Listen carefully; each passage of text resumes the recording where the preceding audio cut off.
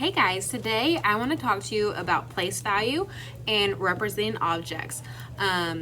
Representing numbers with objects. So we talked about this a little bit last week, but it is so important that you guys understand when we say place value, that means we are looking at a digit and we're asking ourselves, what is the value of that digit? How much is that digit worth? And the way we figure that out is we look at the place or the order it is in the number. So we're not using 3-digit numbers yet. We're just sticking to numbers that have 2 digits in them. So that means that the first number is going to tell me how many groups of 10 I have. And the second number, or the second digit, is going to tell me how many individual ones I have.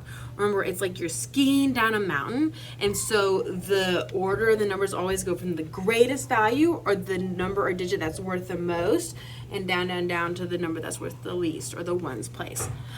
So what we're talking about is when we're saying the tens place, we're saying how many groups of 10 do I have? So if I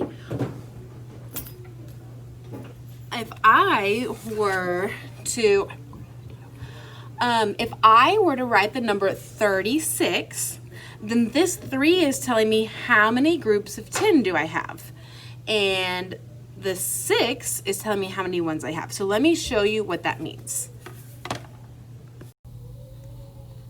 Okay, so what we have here, we have the number 36, and we want to represent it. So because this 3 is telling me how many groups of 10 I have, I'm going to represent it with beans. So I'm actually going to make 3 groups of 10.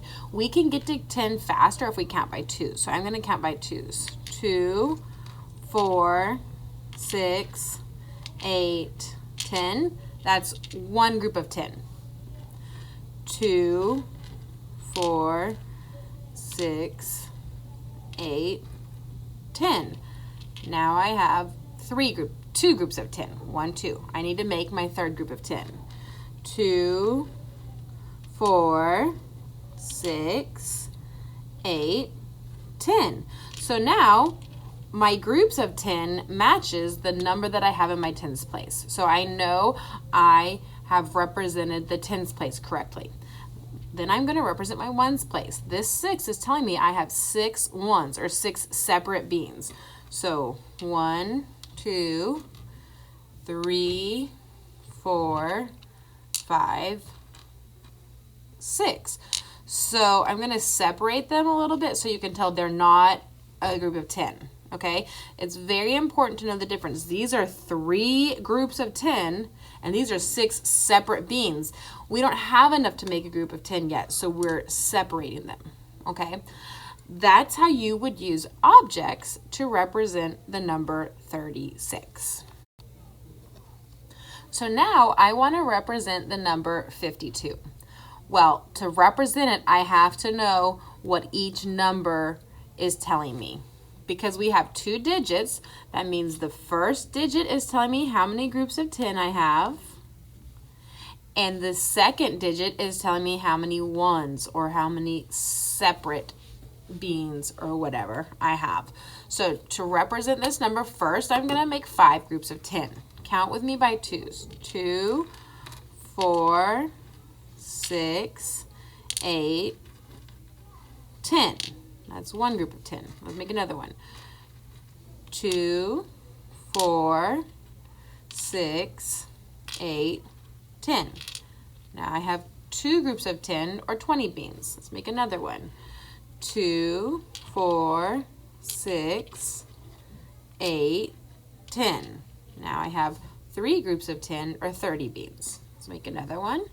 2, 4, 6, 8, 10. So I have 4 groups of 10, or 40 beans. 2, 4, 6, 8, 10. So now the amount of groups of 10 matches the number I have in my tens place. I have 5 groups of 10 beans. And if we count, that equals 50. Let's count by tens. 10, 20, 30, 40, 50. Now I need to represent my ones place, or the beans that are separate. So I need to have 2 individual beans. So over here, not in a group at all, I'm going to do my 2 beans, and you can see these are separate. So these are my groups of 10, and these are my separate beans that I don't have enough to make these into a group of 10. They're kind of left over. So those are the ones that I have.